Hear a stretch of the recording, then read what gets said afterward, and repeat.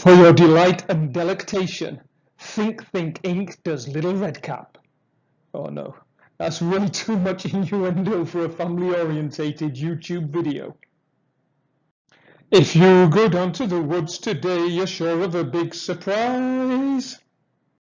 Wolf. Mr. Wolfo Wolfowitz. Wolfie McWolfface. The big bad. Oh, hold on, that's a dragon. But it doesn't matter because symbolically dragons represent the same thing, the unknown predator that guards the treasure. Well, let's take a look at how this might have come about, literally and then literary. Oh, what a tongue twister that is. So, in days of yore, there may well have been a campfire that was then extended to a walled or bounded city.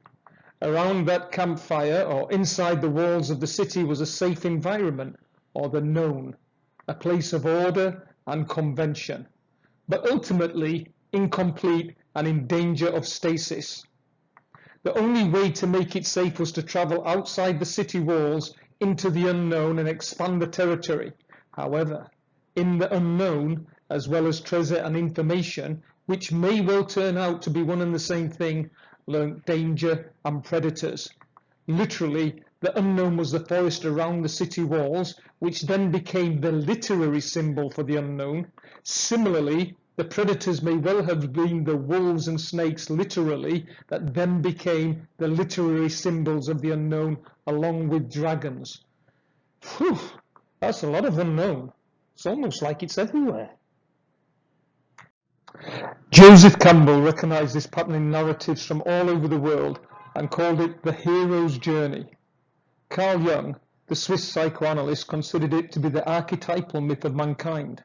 That is, our hero lives in an ordinary world, perhaps one called the Shire, Yorkshire. He has a yearning for adventure, so he leaves home on a quest. In Frodo's case, it's a quest to get rid of that pesky ring. On this journey, he confronts all sorts of dangers and is transformed by overcoming them. Eventually, he succeeds and returns home with the newfound knowledge, either in the form of special powers or treasure. Duffy's Little Redcap conforms to this narrative pattern. By the end of the first verse, she reaches the edge of her ordinary world. By the woods, she meets a predator, and in this case, a mentor, the wolf. That's a nice twist by Duffy. The next 4 verses outline her time in the woods, the unknown, and hint at the ordeals and transformation. In the final verse, she returns to the ordinary world with her newly attained superpowers, flowers and verse, which is great if you want to, record greetings cards. So let's take a look at how Little Redcap leaves the ordinary world.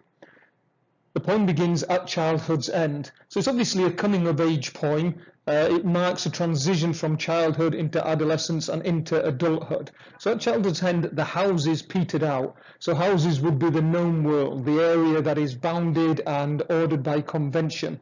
And they peter out into plain fields, factories, and allotments. So those 3 things there, 3 nouns, represent geographically the time span that you go through. Playing fields, obviously, for childhood, factory for adulthood, and allotments possibly for retirement. And then in the allotments, Duffy uses the simile, they're kept like mistresses by kneeling married men. And you could argue here that the conventions of society are breaking down, and kneeling married men are obviously having adulterous affairs that they want to keep outside the bounded area, away from the houses. And then she crosses the railway line. Well, frequently railway lines are on the boundaries of town, at the edge of the town. They skirt round the edge, and we have the phrase the wrong side of the tracks. So she moves away from the known, heading more towards the unknown, where she comes across the hermit's caravan. And symbolically, hermits represent those who shun society. They live on the outside of the civilized order and seek some new knowledge within. So she passes that, and she comes to the edge of the woods, and it was there I first clapped eyes on the wolf. Duffy gives this a nice twist. Little Redcap here, the first person narrator, is doing the action. It's an active verb, eye clapped eye. So rather than the wolf spotting her and the wolf as the predator, actually it's reversed here, and Duffy empowers Little Redcap. She is the one doing the action. Okay, well, let's see how Duffy describes this meeting with the mentor. He stood in a clearing, reading his verse out loud in his wolfy drawl. Verse becomes a motivational factor for Little Redcap and the reason that she travels into the woods.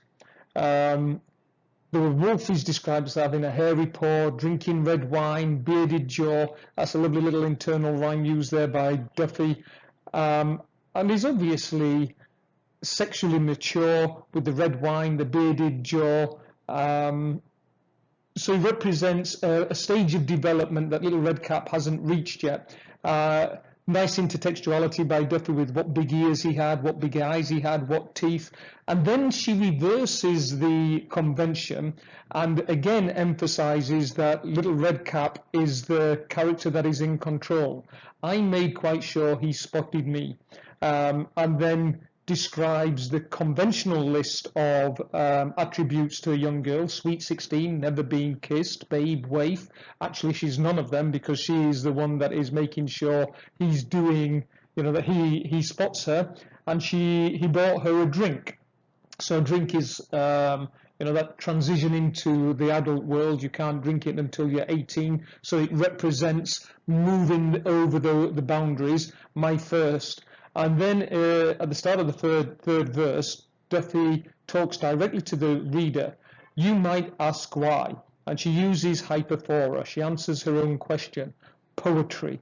And the question is, what does poetry represent? Well, it could be the principle of order. At the beginning of the Gospel of St. John, in the beginning was the Word, and the Word was God, and the Word was with God, or something like that. And it's the power that creates order out of chaos. And originally, the tribal stories would have been captured in poetry, a tribal memory, and passed down through generations and generations and generations, and the knowledge that contained within those stories was passed down with the poetry. So that's her motivation. The wolf, I knew, would lead me deep into the woods, so she's going to go with the wolf into the unknown and away from home, away from safety, away from convention, away from all those things that might begin to represent stasis.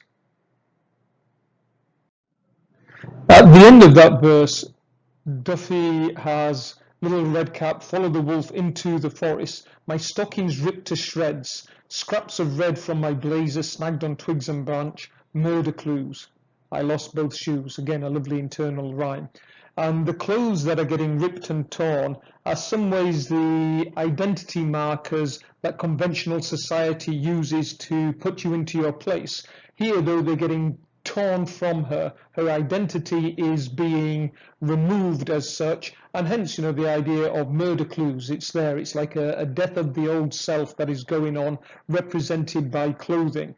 And then when she gets there in the subsequent verse, lesson 1 that night, breath of the wolf in my ear was the love poem. Well, it's a sexual maturity. I clung till dawn to his thrashing fur. For what little girl doesn't dearly love a wolf? So again, Duffy makes sure that you understand Little Redcap is in control, and this is what she wants. This is the journey into the unknown, the journey to maturity that she wants. And then this is given a lovely symbolic, the death of her innocence is given a lovely symbolic image in the next line, where the white dove that she goes and captures is eaten for breakfast by the wolf. One bite, dead. How nice, breakfast in bed, he said, licking his chops. So a lovely internal rhyme again, and I think Duffy does this really well. She uses simple vocabulary, sharp images to convey this idea of the death of innocence. At the end of that verse, Duffy goes into further detail about why Little Redcap has gone into the wood with the wolf. So as he slept, I crept to the back of the lair, where a whole wall was crimson, gold, aglow with books. And it gives you an idea of the power of these books, that the hold that they have on Little Redcap. They're described as crimson and gold, which suggests sort of crimson might be passionate. Gold, it has a suggestion of treasure and majesty about it. A glow suggests that they're luminous. So these books have this power, this gripping hold on her. And she continues in the next line, words were truly alive on the tongue, in the head. And she describes the words with four words: warm, beating, frantic, winged. So warm and beating suggests like a heart, their life force. Frantic suggests an energy about them. And winged suggests that they're inspirational, that they lift you above the ordinary. Then there's a semicolon, and those four words are reduced to two: music and blood. So the noun music represents transcendence, that these words are inspirational, and blood, they're also corporal, that they're instantiated in the body. Then we have a transition in the next verse that starts with but, a contrasting connective. But then I was young, and it took 10 years in the woods to tell. And this is the part of the story where Little Redcap learns over time all the things that she needs to absorb from the wolf. And she learns that birds are the uttered thoughts of trees, so that the whole of nature is connected, and that a greying wolf howls the same old song at the moon, year in, year out. And so at this point in the poem, it's Little Redcap recognizes that there is nothing new.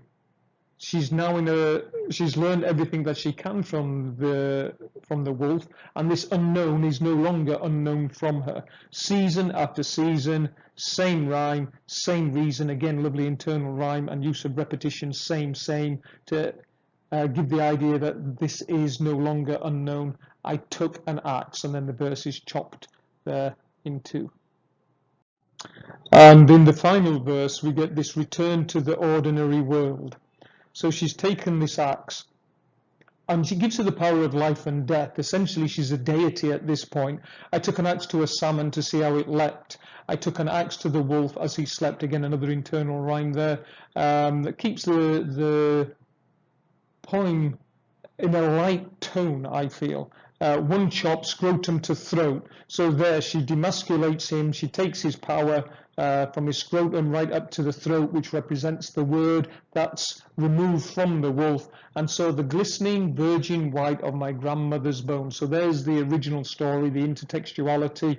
But unlike grandma, actually Little Red Riding Hood is in charge here, and she manages to kill the wolf and get away from it, as opposed to be eaten by the wolf. I filled his old belly with stones. I stitched him up, and stitching him up has a lovely dual meaning. Obviously, she fills the belly with stones and then stitches him up with needle and thread, but also stitched him up. She's overcome him, is the other connotation of that. Out of the forest I come with my flowers, singing all alone. She returns to the ordinary world, bearing her gifts, the flowers, possibly the gift of beauty, singing, the gift of song, the gift of words, and all alone. She no longer needs the wolf, the mentor. She is transformed. So, there we have it. Duffy's Little Redcap. This is Think, Think, Think. Thanking you. Rah!